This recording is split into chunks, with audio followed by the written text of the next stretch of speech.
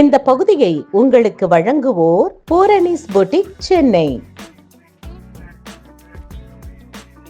ரெட்டமலை சீனிவாசனுக்கு அங்கு ஃபைபர் கிளாஸ்ல மாற்றப்பட வேண்டும்.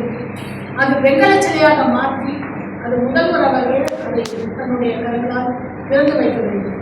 இரண்டாவது, எத்தனையோ ஒரு வரலாறு, நான் எதற்காக அத்தனை ரெட்டமலை சீனிவாசனை பற்றி சொன்னேன் என்றால், இது இன்றைய தலைமுறைக்கு தெரியாது என்பதற்காகத்தான் அத்தனையும் போயிருக்கேன். ஷார்ட்டாக தான் சொல்லியிருக்காரு, அது கொஞ்சம் பெருசாக போயிடுச்சு. அப்படிப்பட்ட ஒரு தலைவரை பற்றி ஒரு பாடப்புத்தகத்தில் இல்லை. இன்றைக்கு முகலாய சக்கரவர்த்திகளையும் மன்னர்களையும் பற்றி நாம் படிக்கின்றோம், தவறில்லை. ஆனால் நம்முடைய மண்ணின் மைந்தரான ரெட்டமலை சீனிவாசனின் வரலாறு பாடப்புத்தகத்தில் வர வேண்டும். அதுதான் என்னுடைய இரண்டாவது கோரிக்கை.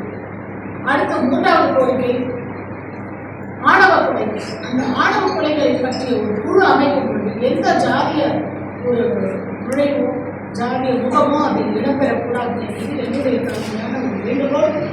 அதில் சட்ட நிபுணர்களும் இளம் பெண்களும் இடம்பெற்றிருக்க வேண்டும். அதை முதல்வர் கவனமாக பார்த்துக் கொள்ள வேண்டும். மத்திய அரசு அவருக்கு பாதிப்பு வழங்கி கௌரவிக்க வேண்டும்.